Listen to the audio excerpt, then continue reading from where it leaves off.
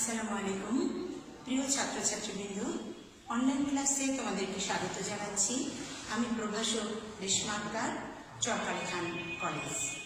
প্রিয় ছাত্রছাত্রী, তোমরা কেমন আছো? আশা করি ভালো আছো। আজকে আমি একাদশ শ্রেণীর ক্লাস নিয়ে হাজির হয়েছি।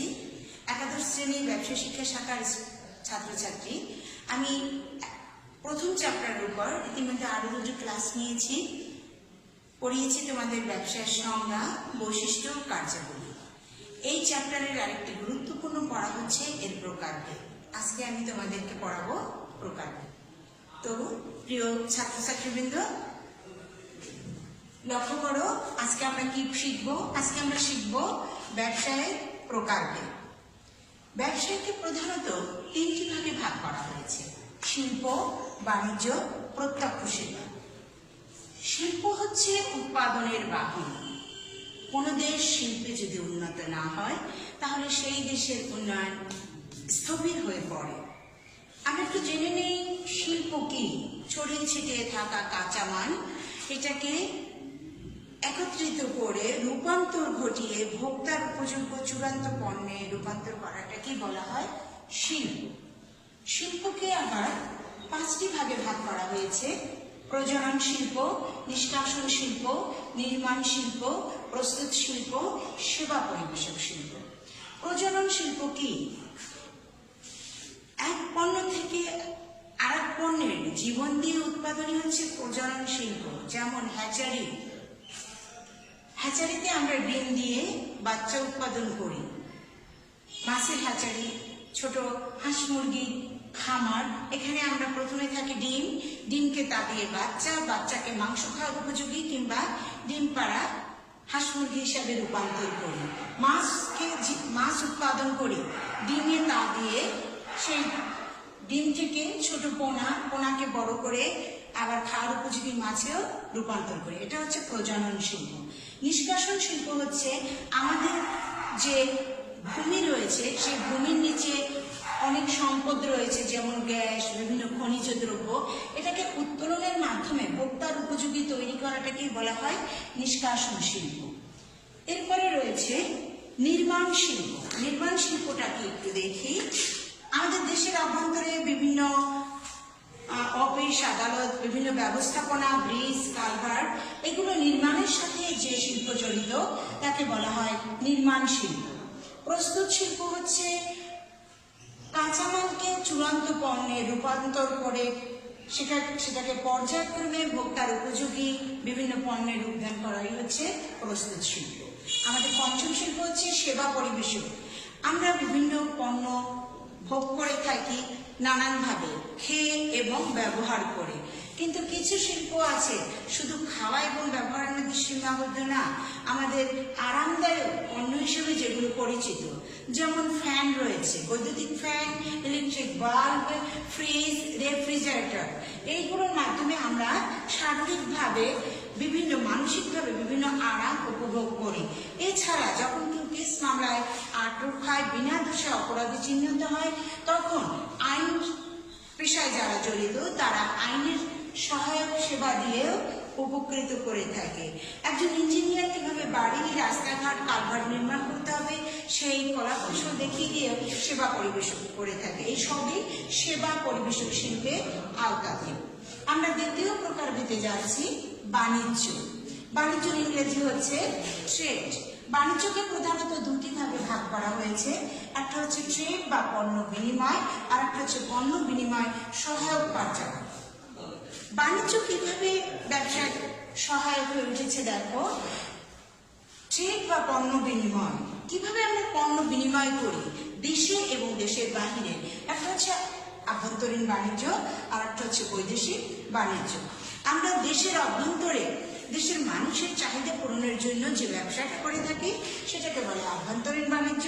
আর উদ্বৃত্ত পণ্য বা ফসল বা অন্যান্য সম্পদকে দেশের প্রয়োজন মিটিয়ে আমরা যখন বিদেশে সেটার কেনা বেচা করি সেটাকে বলে বৈদেশিক বাণিজ্য বা ফরেন বিজনেস।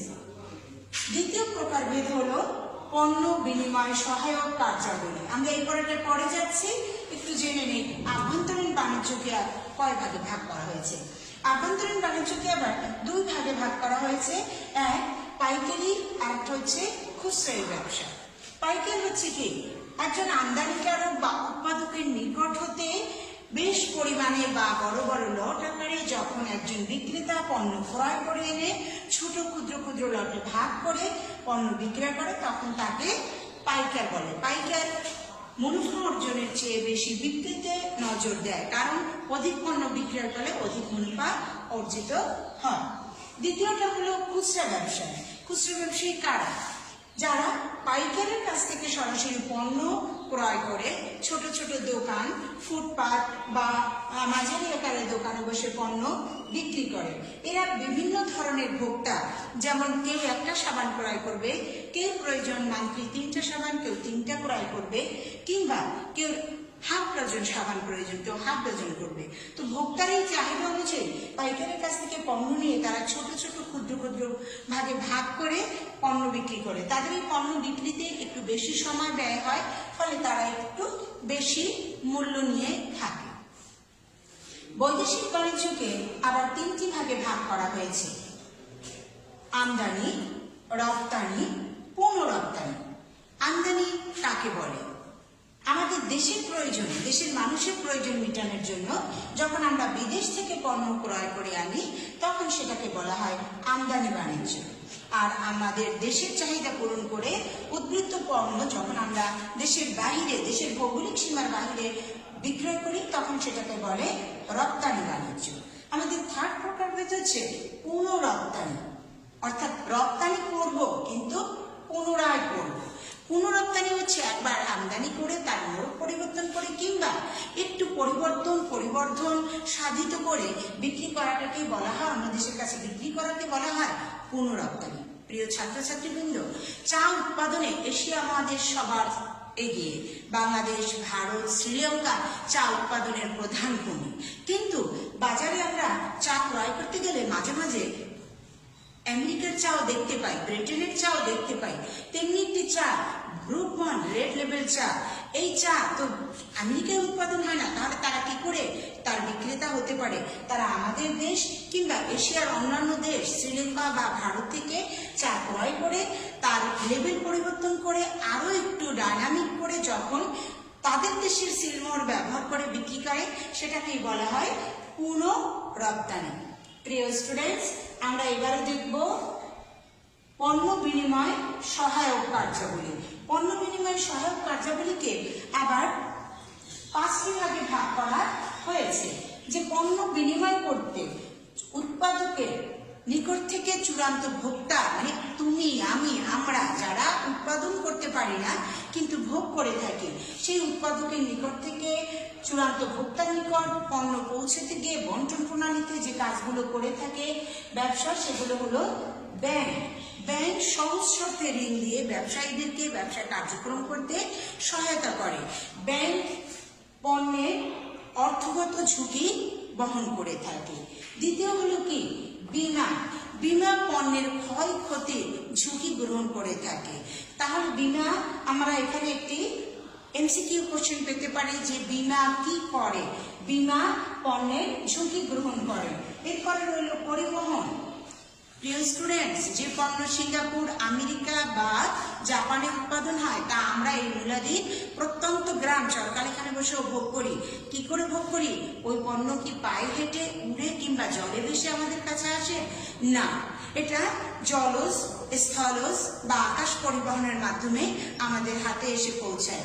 এভাবে পরিবহন আমাদের ব্যবসায়িক কার্যের একটি অংশ হয়ে রয়েছে।